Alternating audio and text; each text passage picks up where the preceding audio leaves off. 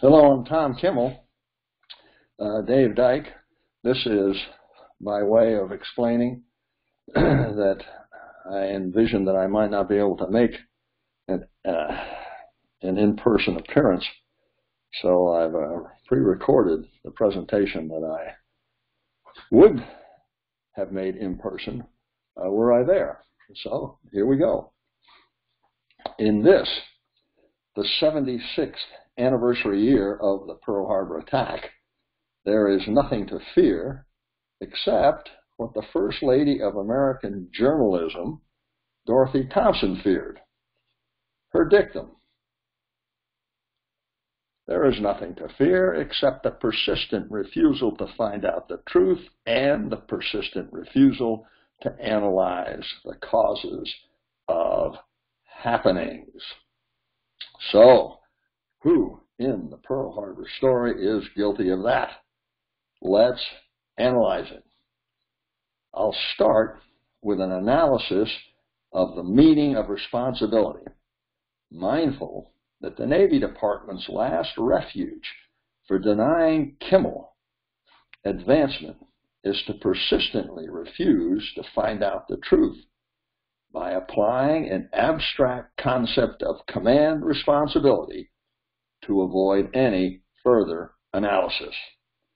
This abstraction, in fact, conceals faults and destroys responsibility. Accordingly, I have found this exercise to be useful. Consider, if you will, Dave Dyke is responsible for having me here today, in the same sense as Admiral Kimmel and General Short were responsible in Hawaii, in the sense that Dave had to properly respond to information he had in getting me here today. Consider further, Dave is accountable for having me here today, again in the same sense that Admiral Kimmel and General Short were accountable in Pearl Harbor for everything they did and did not do in getting me here today. Well, what have we learned so far? Well, by my reckoning, not much. What we really are trying to determine is Dave Dyke accountable, blamable for having me here today? And for you to decide, ladies and gentlemen, should Dave be punished for having me here today?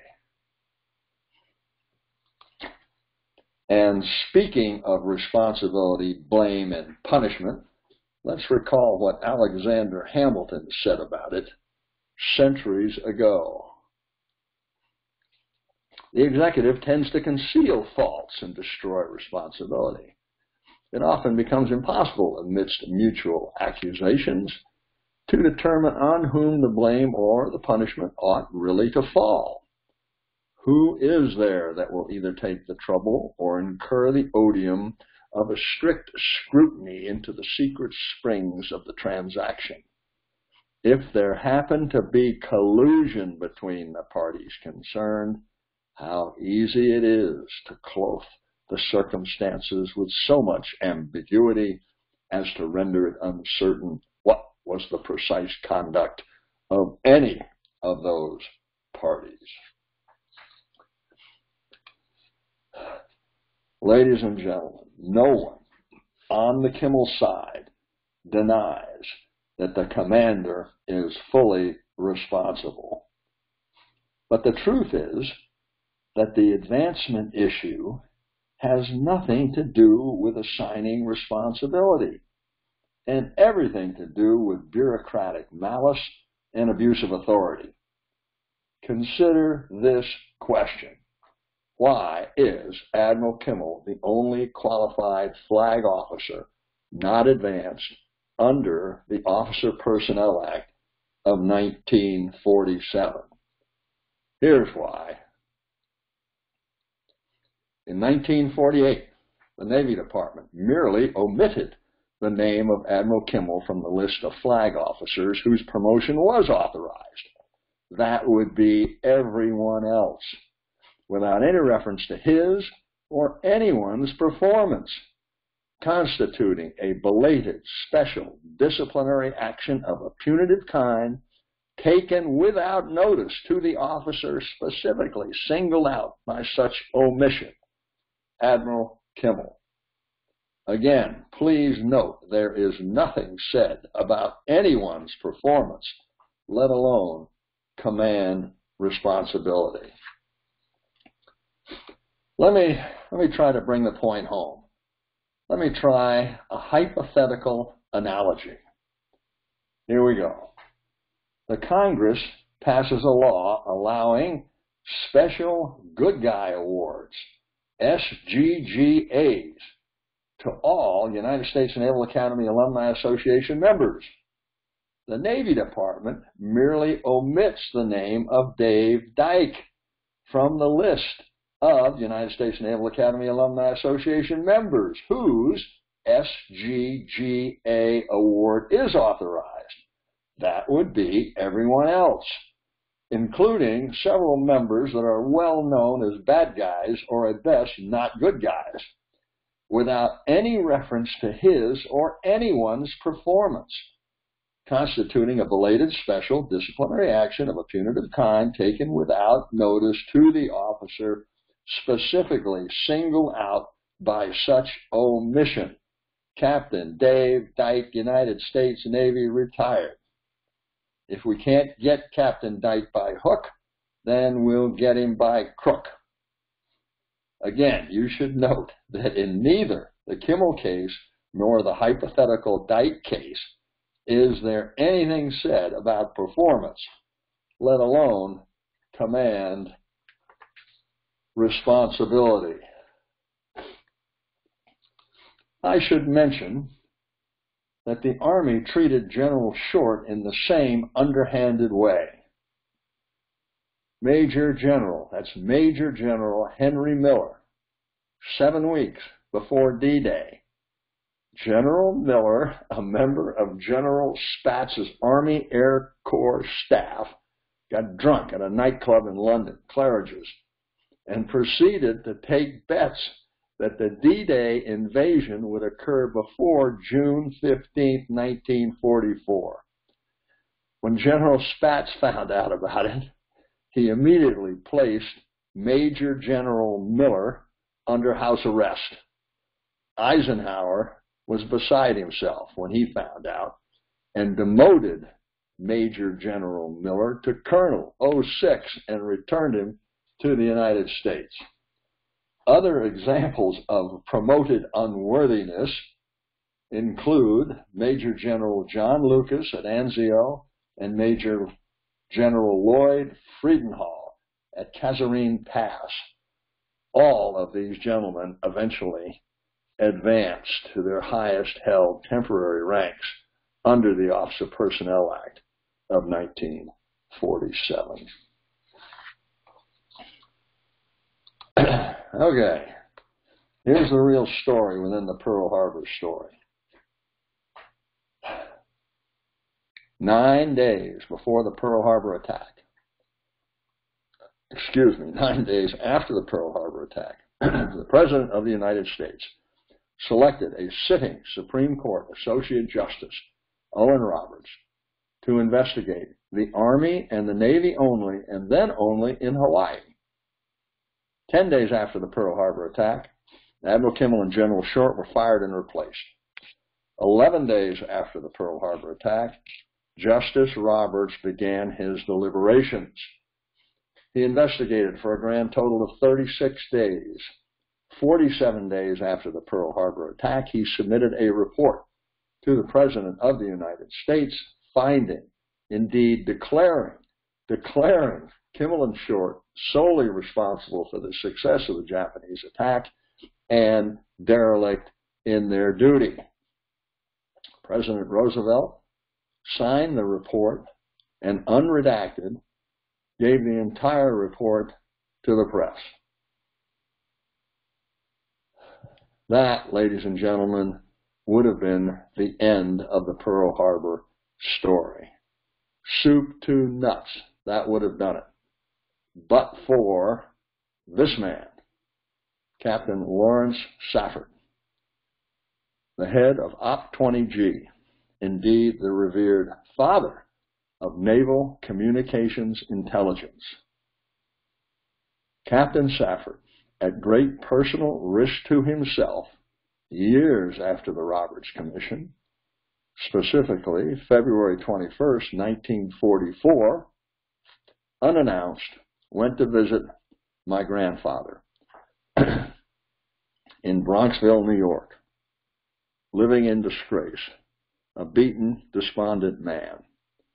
Captain Safford approached Admiral Kimmel and said, "Admiral, did you have available in Hawaii prior to the attack the same information we had available to us in the Office of Naval Intelligence in Washington, D.C., again, prior to the attack, gave us indications of the time, place, reason, and deceit plan to cover the attack, information that we gleaned from a secret program codenamed Magic, which involved the secret decoding of Japanese diplomatic and spy communications.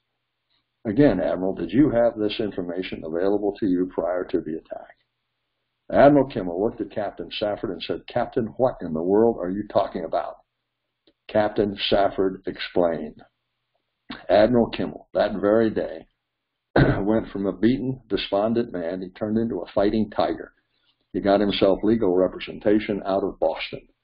The junior attorney of the legal team, Ed Hannafy, actually took Captain Safford's information, and Hannafy wrote the enabling legislation that they took to the Naval Affairs Committee.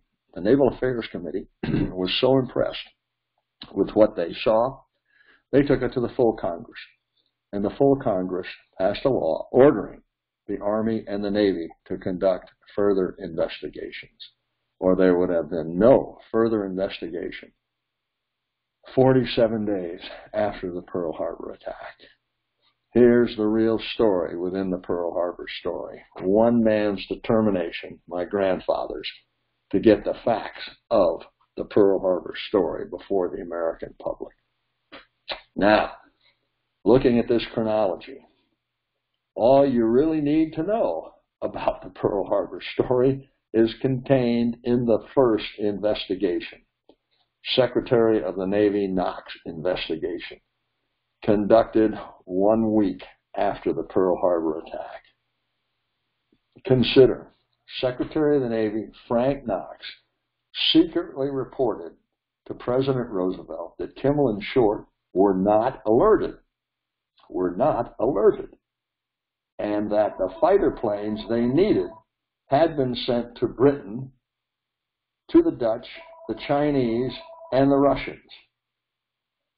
The next day, however, Secretary Knox was told to tell the press merely that Hawaii was not alert. Not that they had not been alerted. All he told the press was that Hawaii was not alert. The press then was free to bring it up a notch and report that Hawaii was asleep. Knox's Deep Sixth report was known to the Roberts Commission, but was not revealed to Kimmel and Short. Investigation number 2, the Roberts Commission, you see before you in this graphic. Here is the dark heart of the Roberts matter. The Washington High Command falsely testified to the Roberts Commission that Kimmel and Short had the same magic information in Hawaii as they had in Washington, D.C. This false information was calculated to do and did Kimmel and Short irreparable prejudice. The Washington High Command had an obligation as officers and decent human beings to rectify the prejudice to Kimmel and Short from such deplorable misinformation. They did not do so. Investigation number 3, Captain Safford revealed magic to Admiral Hart in the Hart investigation. Investigation number 4, Admiral Kimmel revealed magic to the Army Pearl Harbor Board. after Marshall had committed perjury and ordered subordinates to do the same. Marshall was severely criticized by the Army Pearl Harbor Board. The Naval Court of Inquiry virtually exonerated Admiral Kimmel in Investigation Number 5 and severely criticized Admiral Kimmel's only uniformed boss in the Navy, Chief of Naval Operations, Admiral Stark. Investigations number 6, 7, and 8, the Clark, Clausen, and Hewitt investigations merely tinkered at the margins. Investigation number 9, the Joint Congressional Committee found no dereliction of duty. Investigation number 10 is very interesting. The Army Board for Correction of Military Records found injustice and recommended advancement of General Short, but was overruled by higher authority without an alternative finding of facts. Investigation number 11, the Dorn Report, recognized that responsibility for the success of the Japanese attack should be broadly shared. But it has not been. It is unconscionable to continue to punish Kimmel and Short once this concept has been accepted. Advancing Kimmel and Short does not diminish their command, accountability, and responsibility any more than ignoring the command, accountability, and responsibility of Kimmel and Short's superiors diminish theirs. Investigations 12, 13, and 14 suffice it to say the matter is ongoing as we speak. All right, let's review the United States Naval Academy and the United States Naval Academy Alumni Association's actions in the Kimmel matter over the years. In 1957, the United States Naval Academy Alumni Association provided its first resolution of support for Admiral Kimmel. It's on my website. Here are pages 1 and 2. Here you see pages 3 and 4.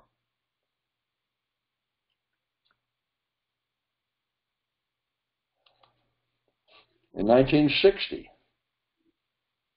Admiral Kimmel's successor, Chester Nimitz, answered Congress's 1946 one paramount question. Why, with some of the finest intelligence available in our history, was it possible for a Pearl Harbor to occur? Admiral Nimitz's response: Admiral Kimmel had been given no information which would justify interrupting a very urgent training program. I first saw this, quote, in 1964 as a first-class midshipman, studying sea power as our history text.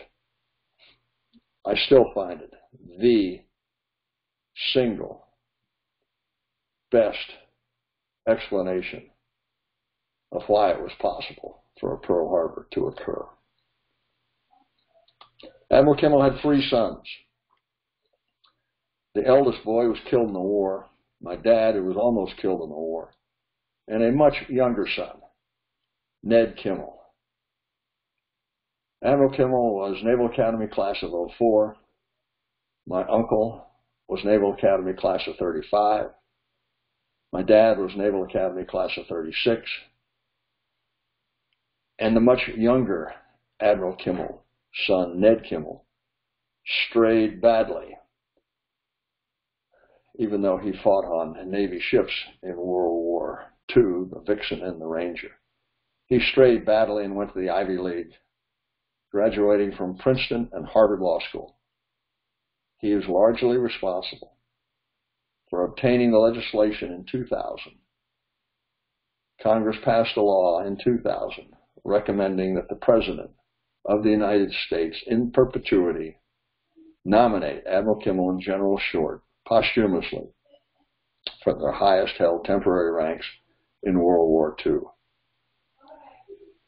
This is perhaps my favorite photograph of all time, ladies and gentlemen, and the reason for it is simple, because I know how difficult it was for the Time Life photographers that took this photograph in 1991 to get both my dad and my uncle smiling at the same time, like they are here.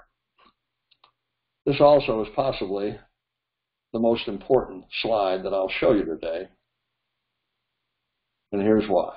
In 1984, the then president of the Pearl Harbor Survivors Association, Alex Cobb, summoned my uncle and my dad to a restaurant in upstate New York and requested that they assist the Pearl Harbor Survivors Association in rehabilitating the honor and reputation of their commanders. My dad and my uncle looked at each other and said, "My goodness, if the men who suffered the most from the Pearl Harbor attack want our assistance in this endeavor, who are we to do anything but give our all in the effort?" And of course, that's why I am here. I am merely about my father's work. Okay, in 1990, the United States Naval Academy Alumni Association provided its second resolution of support for Admiral Kimmel. This time, posthumous advancement on the retired list. It's on my website. In 1991, the 50th anniversary of the Pearl Harbor attack, Senator McCain recommended advancement of Rear Admiral Kimmel in a letter to President Bush 41. It's on my website.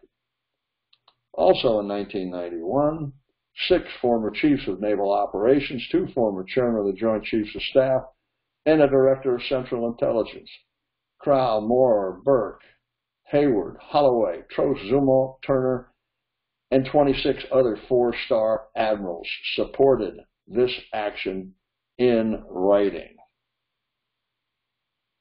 It's posted on my website. Almost all were United States Naval Academy graduates. In 1998, my uncle requested that the United States Naval Academy provide a third resolution in favor of Rear Admiral Kimmel. They refused. Its chairman, Admiral Snuffy Smith, explained why in a letter back to my uncle. It was too difficult to do, and not within the United States Naval Academy Alumni Association's purview. Admiral Smith did not explain why the Kimmel matter was not an issue appropriately within the United States Naval Academy Alumni Association's purview in 1998, but apparently was in 1957 and in 1990. The year 2000, Captain Gordon Clow counseled Naval Academy midshipmen in ethics, more specifically, moral courage. Perhaps the Board of Trustees could profit from a Captain Clow lecture.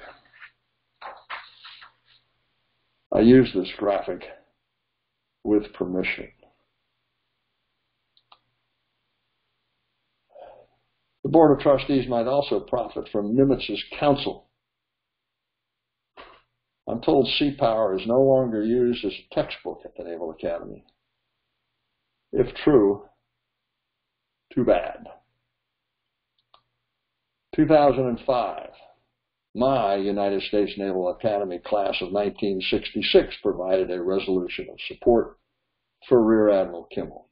It's on my website. Accordingly, I am forever respectful of my classmates, Mike Kelly, pictured here, Rusty Hale, Tom Eubanks,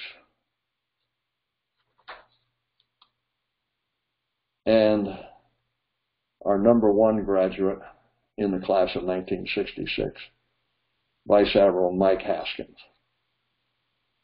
It's also on my website.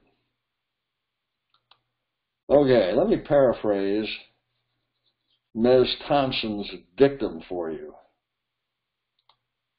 In this, the 76th anniversary year of the Pearl Harbor attack, there is nothing to fear except the persistent refusal of the United States Naval Institute to find out the truth and their persistent refusal to analyze the causes of Pearl Harbor happenings. Why do I say that?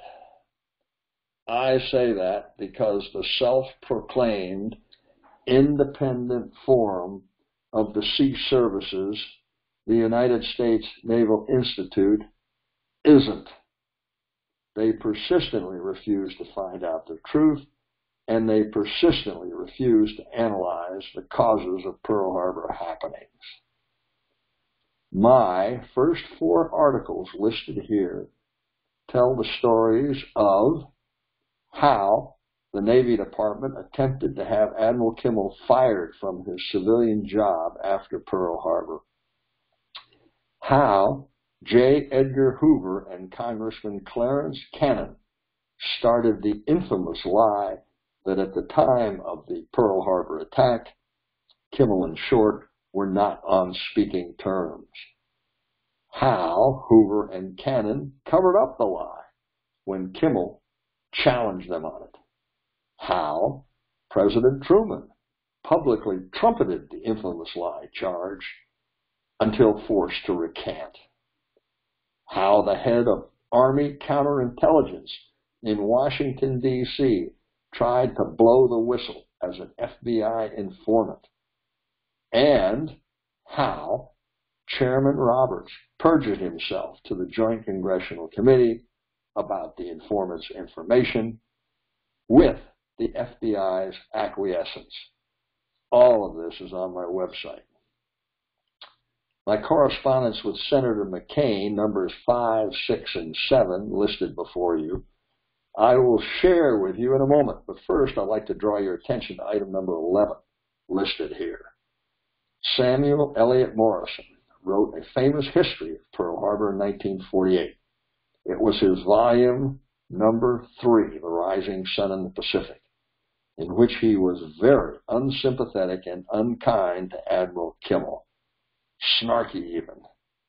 But in 1961, he completely changed his mind and said so in a Saturday Evening Post article and in a letter to the then president of the United States Naval Academy Alumni Association, Admiral Shafroth, where he also said he could be counted on to sign a petition to have Admiral Kimmel's rank restored.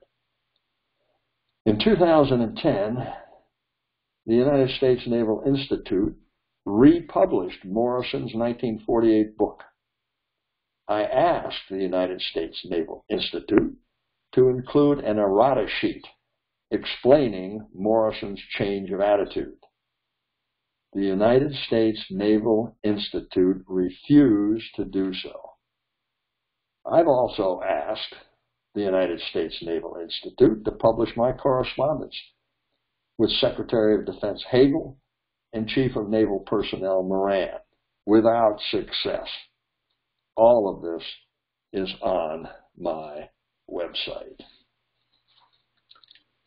Recently, I asked the United States Naval Institute, Proceedings and Naval History, to publish my December 3rd, 2016 speech at the Henderson, Kentucky War Memorial dedication of a statue of Admiral Kimmel. I also asked that they publish my cousin Manning Kimmel and my November 15th, 2016 letter to President Obama, pictured here. I did not receive so much as a reply from either Proceedings or Naval History.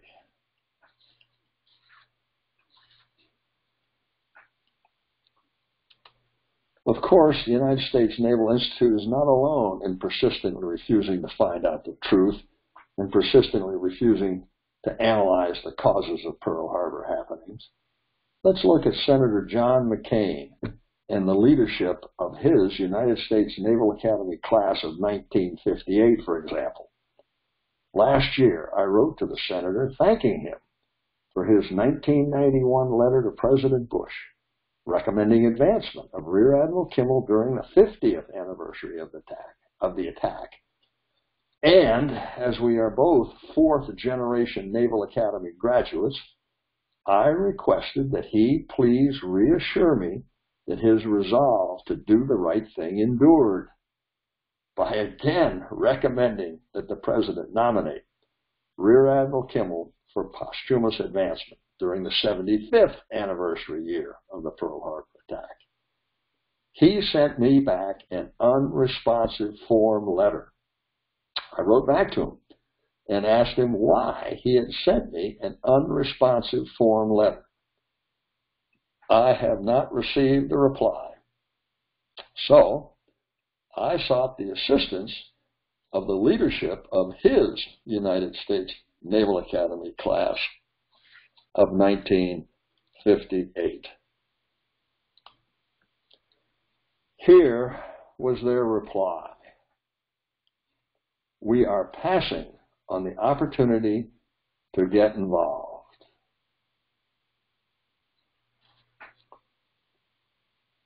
So why is that important? Here's why. Ned Beach was the United States Naval Institute's primary benefactor, for whom the United States Naval Institute's Beach Hall is named. Captain Beach, speaking of the Kimmel matter, wrote, "Our country must not continue to perpetuate a lie." Why is that important? Here's why. Because of its importance to the Navy as an institution. Admiral Burke to Secretary of Defense Cheney in 1991. It is my judgment that you, Secretary of Defense Cheney, should approve this posthumous promotion and recommend it to the President, not because of the importance to the Kimmel family, but because of the importance to the Navy as an institution. Why is that important? Here's why. Because our country's honor is still at stake.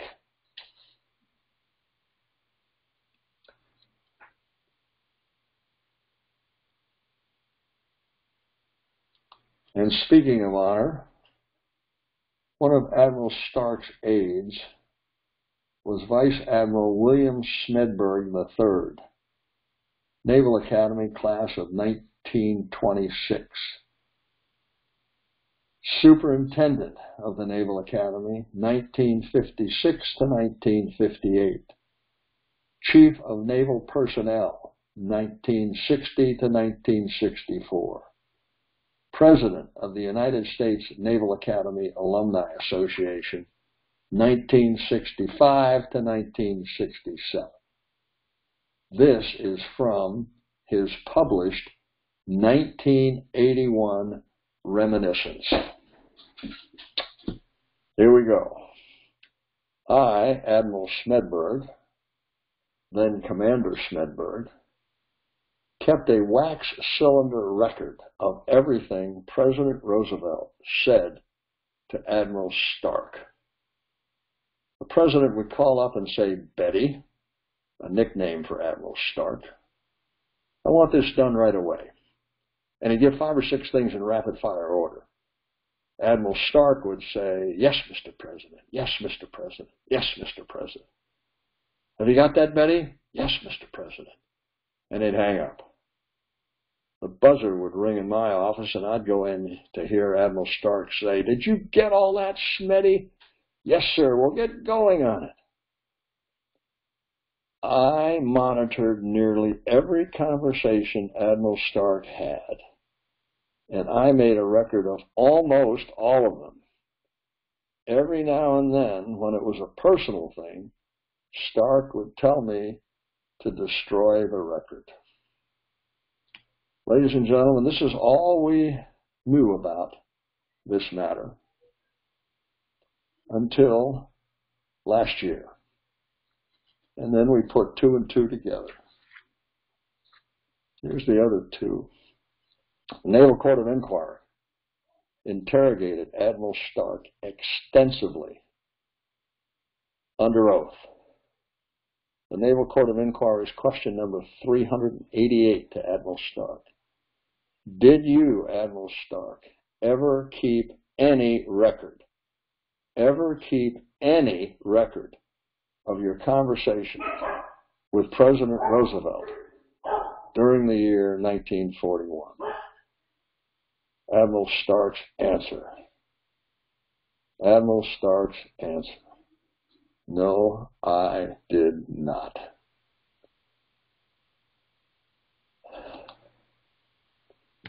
On Saturday night, December 6, 1941, the evening before the Pearl Harbor attack, after reading a secret dispatch from Japan, President Roosevelt declared, "This means war."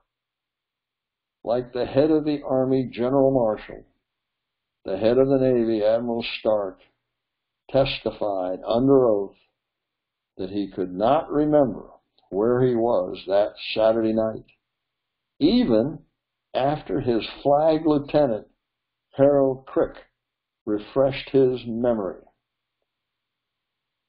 Congressman Gerhardt, before the Joint Congressional Committee, asked Admiral Stark, "Admiral, could you have been with General Marshall, since he can't remember where he was Saturday night either?" Okay, folks, I do not want to give you the impression that I am at all exercised here, but like Vince Lombardi, I would like to know, what the hell's going on out here? How's that again, Vince?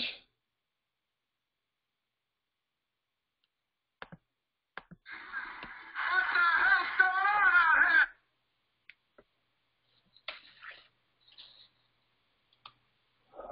Fortunately, you can find out what's going on, folks, because not everyone refuses to find out the truth or refuses to analyze the causes of Pearl Harbor happenings.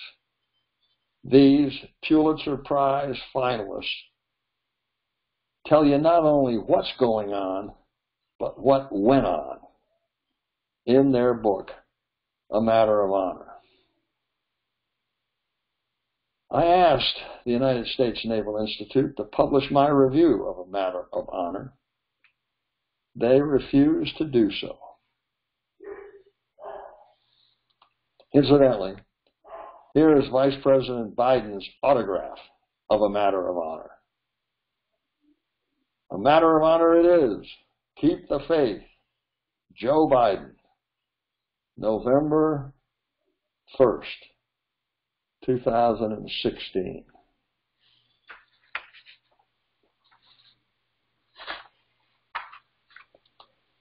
Senator Biden rather famously said to my cousin Manning Kimmel while campaigning in 2007 for vice president, "The Kimmel and Short matter is the most tragic injustice in American military history."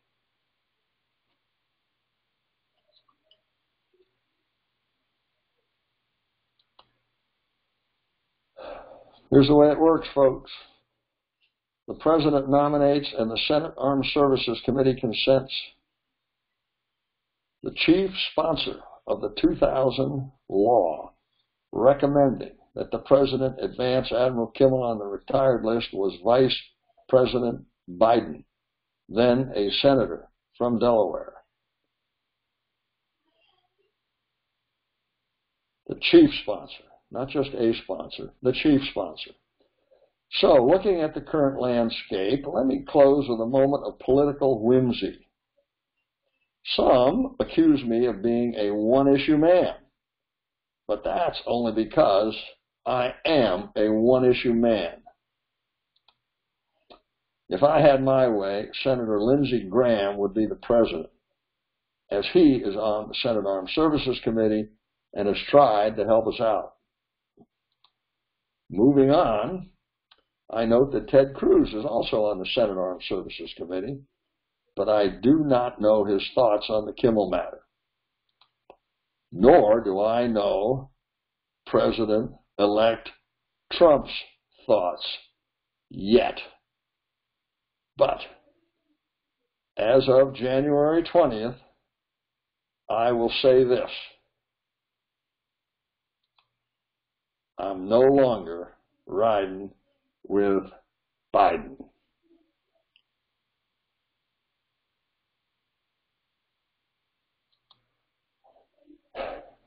You want to hear more on this topic? Here's my speaking schedule. And many of these speeches are recorded. So if you go to my website, you could listen to them.